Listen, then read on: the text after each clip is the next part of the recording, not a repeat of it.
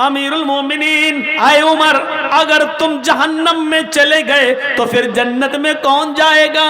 रात की तारीकी में 4 साल से ये खिदमत करने वाला शख्स अगर जहन्नम में चला गया तो फिर जन्नत में कौन जाएगा?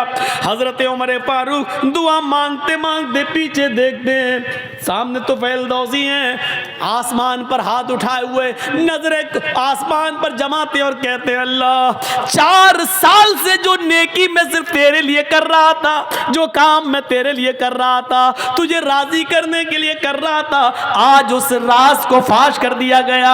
आज मेरी बात दूसरे को मालूम हो गई, आज ये नेकी पता चल गई। ओए अल्लाह, मैंने इसको नहीं बताया, इसने पीछा कर करके खुद पता कर लिया। अल्लाह, मेरे इस नेक अमल को रिया नमूद में न लिख लेना, तकब्बुर में न लिख लेना, घमंड के अंदर मेरे इस नेकी को मत लिख लेना। कि रात के अंधेरे में रोजाना एक घर में जाते, एक सहाबी है हजरत तुफैल दौसी, कबीले दौस से उनका ताल्लुक, उनको शक होता है कि उमर ये रात को रोजाना कहाँ जाते हैं।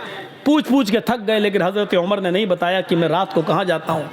एक दिन तुफैल दौसी को तजस्सुस सूझ गया, देखें कहाँ जाता है उमर रात की तारीकी में, रात के अंधेरे में। जासूसी करने लगे। हजरत उमर आगे आगे जा रहे हैं, तुफैल दौसी पीछे पीछे पेड़ से छुप छुप के कि उमर मुझे देख न लें। हजरत उमर दाएं बाएं देख रहे हैं, लेकिन इनको पीछे का कोई आदमी दिखाई नहीं दे रहा है।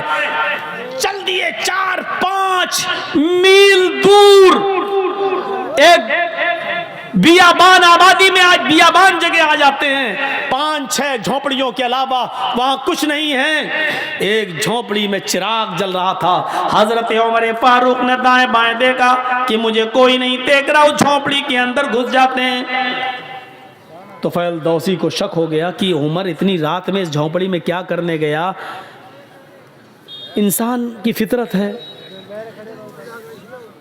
रात के अंधेरे में आप भी अगर दाएं बाएं देखें और कोई ना आपको देख रहा हो, चुपके से आप किसी घर में घुस जाएं, वो भी रात के अंधेरे में, तो मेरे दिल में तो तरह तरह के ख्यालात उठेंगे ही कि आप क्यों गए, इतनी रात में क्यों जा रहे हैं।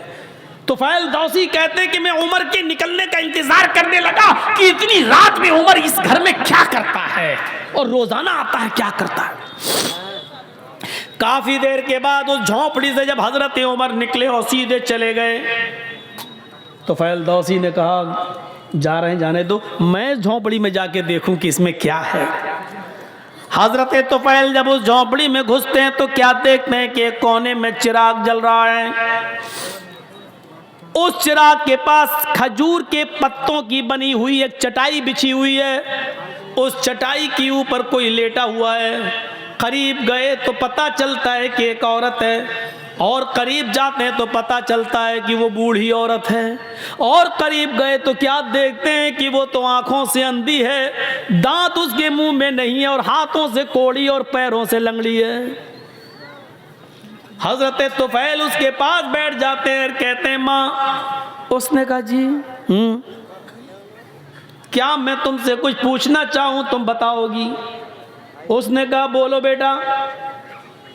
कहा ये आदमी जो तुम्हारे पास आया है और अभी अभी यहां से गया है, ये कौन है? क्या तुम इसको जानती हो? क्या तुमने कभी इसको देखा है? कहा नहीं, मैं आंखों से अंधी हूं, मैं क्यों मैं कैसे देख सकती हूं? कहा मां मुझे जल्दी बताओ कि ये आदमी यहां आता है तो कम से कम तुम्हें बताया तो होगा कि मैं कौन हूं। कहा नहीं मेरे बेटे, ये आदमी यहाँ 4 साल से बराबर कंटिन्यू आता है, चाहे कितनी बारिश हो, चाहे कितनी आंधी हो, चाहे कितना तूफान हो, चाहे कुछ भी हो, लेकिन ये यहाँ ज़रूर आता है। लेकिन 4 साल से आज तक इसने मुझे अपना नाम नहीं बताया। यहाँ तो 100 रुपये मदरसे में चंदा देते हैं तो नाम के साथ देते हैं कि फलां साहब ने दिया है। ऐलान करो मौलाना साहब, 1000 रुपये चंदा देते हैं तो उसमें भी हमें शोहरत चाहिए, फलां ने दिया। और यहाँ बैठे रहते हैं कंपटीशन में, मेरा दुश्मन कितना दे रहा है। अगर उसने 1 दिया तो उसको दिखाने के लिए हम 1200 देंगे, हम 1500 देंगे। ये कंपटीशन है हमारे यहाँ, सब नेकी बेकार। ये सिस्टम ही पहली बात तो हमें गलत लगता है कि लाइए मौलाना साहब ये 100 रुपये लीजिए, मेरे अब्बू के लिए दुआ कर दी, अल्लाह उनको जन्नत दे। अरे आप मदरसे को चंदा दीजिए, आप दिल में नियत कर लीजिए कि मैं अपने बाप की तरफ से दे रहा हूं, आपको सवाब मिलेगा। मौलाना साहब से नाम ले लेकर क्यों दुआ करवा रहे हो? जर्जी साहब को अपने बाप को सवाब पहुंचाना है, जर्जी साहब 1000 रुपया देंगे, दिल में नियत है मैं अपने बाप की तरफ से दे रहा हूं, बाप को सवाब मिलेगा।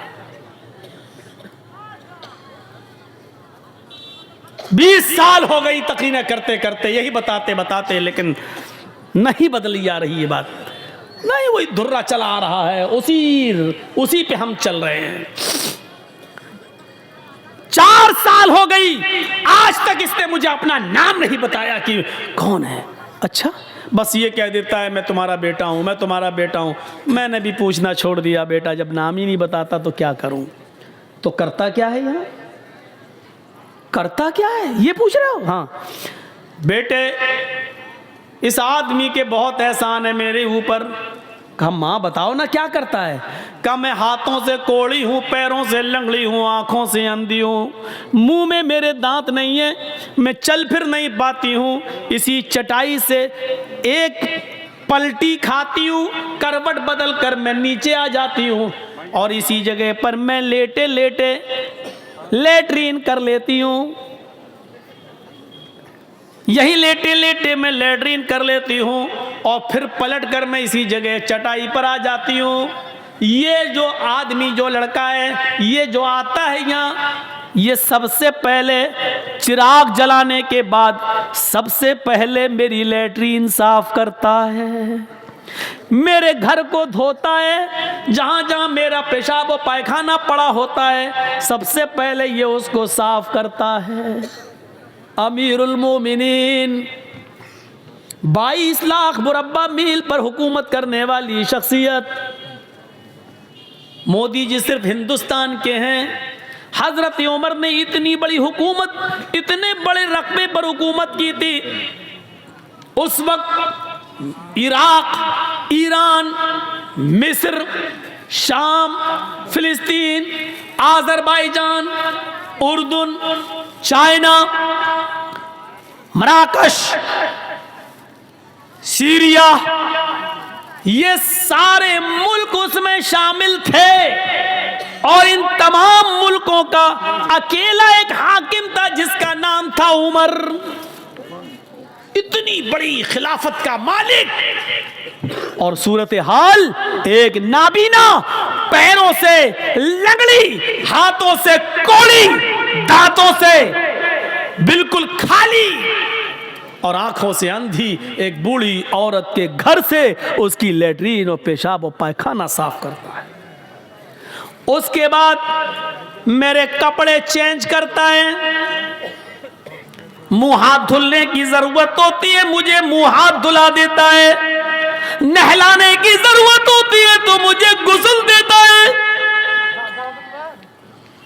कपड़े चेंज कराता है, फिर मेरे जिस्म से उतरे हुए पुराने या गलते कपड़े यही कुएं के पास बैठकर उसको वो धोता है और सूखने के लिए डाल देता है। उसके बाद इसी जगह पर चूल्हा जलाता है, खाना बनाता है, लकड़ियों को फूंक फूंक कर उसका धुआं उसकी आंखों में जाता है, लेकिन ये सब करता है। मैं दांत नहीं है, अपने मुंह में वो चबाता है, उसको नरम करके फिर वो मेरे मुंह में डालता है, और जब तक मेरा पेट नहीं भर जाता वो यहां से जाने का नाम नहीं लेता। हजरत तुफैल दौसी चीख पड़े, अमीरुल मोमिनीन मैं तुम्हें क्या समझ रहा था और तुम क्या निकले? अमीरुल मोमिनीन मैं तुमसे नेकियों में कभी आगे नहीं निकल पाऊंगा। माँ जानती हो वो कौन है? वो अमीरुल मोमिनीन है, वो उमर फारूक हैं? सिटी गुम। फिर तुफैल दौसी तेज स्पीड में घर से निकलते हैं और उमर फारूक के घर की तरफ जाते हैं। उमर फारूक के घर के बाहर जो एक दरवाज़ा था जहां वो लोगों की फरियाद सुनते थे, उसी दरवाजे के बाहर जो रूम था, उसी रूम में हजरत उमर फारूक बैठे हैं और तहज्जुद की नमाज पढ़ने के बाद अपने दोनों हाथ उठाकर ये दुआ मांग रहे हैं, रब्बना सिर्फ अन्ना अज़ाब जहन्नम, रब्बना सिर्फ अन्ना अज़ाब जहन्नम इन्ना अज़ाबहा कान गरामा, रब्बना सिर्फ अन्ना अज़ाब जहन्नम इन्ना अज़ाबहा कान गरामा। आय अल्लाह, हमसे जहन्नम का अजाब हटा ले, हमें जहन्नम के अजाब से दूर कर दे। तेरा अजाब हम भुगत नहीं पाएंगे, तेरा अजाब हम सह नहीं पाएंगे, तेरा अजाब हम बर्दाश्त नहीं कर पाएंगे। फिर दुआ मांगते, रब्बना सिर्फ अन्ना अज़ाब जहन्नम इन्ना अज़ाबहा कान गरामा। पीछे से तुफैल दौसी टोकते हैं और कहते हैं, रात में बूढ़ी औरत का पेशाब व पायखाना साफ करने वाला, रात में बूढ़ी औरत के कपड़े धुलने वाला, रात में बूढ़ी औरत के लिए खाना बनाकर खिलाने वाला, रात के अंदर बूढ़ी औरत की खिदमत करने वाला। अमीरुल मोमिनीन, आए उमर, अगर तुम जहन्नम में चले गए तो फिर जन्नत में कौन जाएगा? रात की तारीकी में 4 साल से ये खिदमत करने वाला शख्स अगर जहन्नम में चला गया तो फिर जन्नत में कौन जाएगा? हजरत उमर फारूक दुआ मांगते मांगते पीछे देखते हैं, सामने तो फैलदौसी हैं, आसमान पर हाथ उठाए हुए नजरें आसमान पर जमाते और कहते हैं, अल्लाह 4 साल से जो नेकी मैं सिर्फ तेरे लिए कर रहा था, जो काम मैं तेरे लिए कर रहा था, तुझे राजी करने के लिए कर रहा था, आज उस राज को फाश कर दिया गया, आज मेरी बात दूसरे को मालूम हो गई, आज ये नेकी पता चल गई। ओए अल्लाह, मैंने इसको नहीं बताया, इसने पीछा कर करके खुद पता कर लिया। अल्लाह, मेरे इस नेक अमल को रिया नमूद में न लिख लेना, तकब्बुर में न लिख लेना, घमंड के अंदर मेरे इस नेकी को मत लिख लेना। मैंने नहीं दिखाया, मैंने नहीं बताया। ये कौन सी इंसानियत थी? यहां तो बस नमाज पढ़ के निकलते हैं, दाढ़ी पे हाथ फेरते हुए समझते हैं हमने बहुत बड़ा एहसान कर दिया अल्लाह के ऊपर।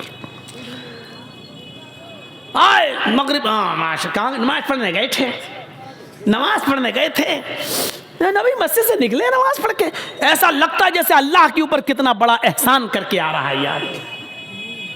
सिर्फ नमाज पढ़ लेने से मेरे भाइयों जन्नत नहीं मिल जाती है, आपको उसके लिए इंसानियत भी अपनाना पड़ेगी, अल्लाह के हुकूक भी अदा करना और बंदों के हुकूक भी अदा करना। हम बंदों के हुकूक क्या अदा करेंगे? क्या हमारे मियाँ बीवी के हुकूक, बच्चों के हुकूक हम अदा करते हैं? हम अपने घर में उनके हुकूक अदा नहीं करते। एक शख्स हजरत उमर फारूक के पास आया, अपनी बीवी की शिकायत करना थी उसको। तो हजरत उमर फारूक के बाहर वाले कमरे में वो बैठ गया, देखा कि अंदर से आवाज आ रही है, उसने कान लगाया तो क्या देख रहा है, क्या सुन रहा है? उमर फारूक की बीवी उमर को डांट रही हैं, हाँ तुम तो चले जाते हो, सुबह से शाम तक आते नहीं हो, पकने का पता नहीं है, खाने की फिक्र नहीं है, बच्चों की फिक्र नहीं है, तुम्हें क्या खलीफा बने बैठे हो। बहुत कुछ सुना डाली। हजरत उमर फारूक नीचे गर्दन डाल के सुन रहे हैं। तसव्वुर करो, उमर सुन रहे हैं, उमर सुनने वाले आदमी हैं। दरवाजे से ये जरूरत के लिए आया था, हजरत उमर ने उसको आवाज दी, इधर आओ, इधर इधर। वो आया, जी जी जी तुम हमारे पास आए थे जी, फिर जा क्यों रहे हो? कुछ ज़रूरत थी? कि हाँ ज़रूरत तो थी, आया तो काम से था, लेकिन वो काम आपके बस का नहीं है, मैं जा रहा हूँ। का क्या मतलब? का नहीं नहीं वो आप दूरी नहीं कर पाएंगे इसलिए मैं जा रहा हूँ। अरे काम बताया है नहीं तूने और कह रहा कि दूर नहीं कर पाएंगे? अरे काम तो बता पहले क्या है। कहने लगा, अमीरुल मोमिनीन, मैं अपनी बीवी की शिकायत लेकर आया था कि मेरी बीवी हमें डांटती रहती है, फटकारती रहती है, हमारी सुनती नहीं है। आया था शिकायत लेकर, लेकिन यहां आने के बाद देखा कि आप तो खुद उस बीमारी में मुब्तला हैं, आपकी बीवी खुद आपको डांट रही है, तो आप मेरी क्या दूर करेंगे? आप अपनी नहीं कर पा रहे हैं। हज़रत उमर ने कहा बैठो, बैठ गए। कहा ये बताओ, शादी के बाद जो बच्चा पैदा होता है वो बच्चा किसका है? कहा बाप का। कहा बच्चे को दूध पिलाने की जिम्मेदारी किसकी है? कहा बाप की। कि अगर औरत दूध पिलाने का पैसा मांग ले शौहर से कि मैं आपके बच्चे को दूध पिलाऊंगी लेकिन आपसे इतना पैसा लगेगा, तो आपको देना पड़ेगा। कहाँ बच्चा किसका होता है? कि बाप का। पेशाब और पैखाना उस बच्चे का धोना किसकी जिम्मेदारी है? का बाप की। कहा कि हमारी बीवी हमारे बच्चे को धुलाती है, नहलाती है, दूध पिलाती है, इतना अल्लाह ताला ने उसके दिल में रहम डाल दिया है, और खाना पकाना भी औरत की जिम्मेदारी नहीं है, लेकिन वो हमारे लिए खाना भी बना देती है। कहने लगा खाना बनाना औरत की जिम्मेदारी नहीं है?